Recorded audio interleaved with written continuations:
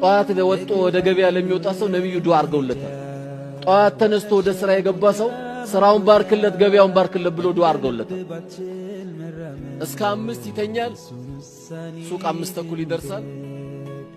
ኧረ እባክህ አንተ ልጅ ይላሉ አባቱ። ኧረ ተው እባክህ አንተ ልጅ ስራን ቶሎ ጀምር ሲባል አይ ባባ እኔ ትንሽ እየተጠራጠርኩ ነው ሲር ሳይደረግብኝ አይቀርም ይላል። ሻወር ታጥበህ ጠዋት 1 ሰዓት ወጣ ምን ሲር ራስን ያረከው በራስ ላይ እንቅልፉን ጠግቦ ለኡማ ሁሉ ተኝቶ ሲር ተደረገብኝ ይላል።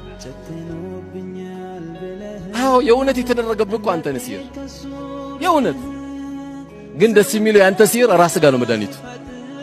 የሚቀራብም ሰው አያስፈልግም። ሰው ሳይኮሎጂካል እኮ ከተረበሸ አንዳንድ ያላያችሁ ድሮ መቼም ሩቃ ቤት እንደ ዳቦ ቤት በዝቶ ነበር ቁርአን የሚቀራበት ነው። 3 ሰዎች ይዘው ይሄዳሉ የታመሙ ለ4 ሆነው። ከዛ ልክ አውዙ ቢላሂ ሚነ ሸይጣን ረጂም ሲባል 3ቱ ነው የሚጮሁት፣ ሌሎቹ ሊያሳክሙ ሄዱት ይጮሃሉ። አየህ የውስጥ ህመም ነው እኮ ምንም የለም። ልጅቷን ሊያሳክሙት ልጁን ሊያሳክሙ ወስደው የሚጮሁት ግን እነሱ ናቸው። አላህ ያሳየን። ስለዚህ አላህ መድኃኒት ሰጥቷል።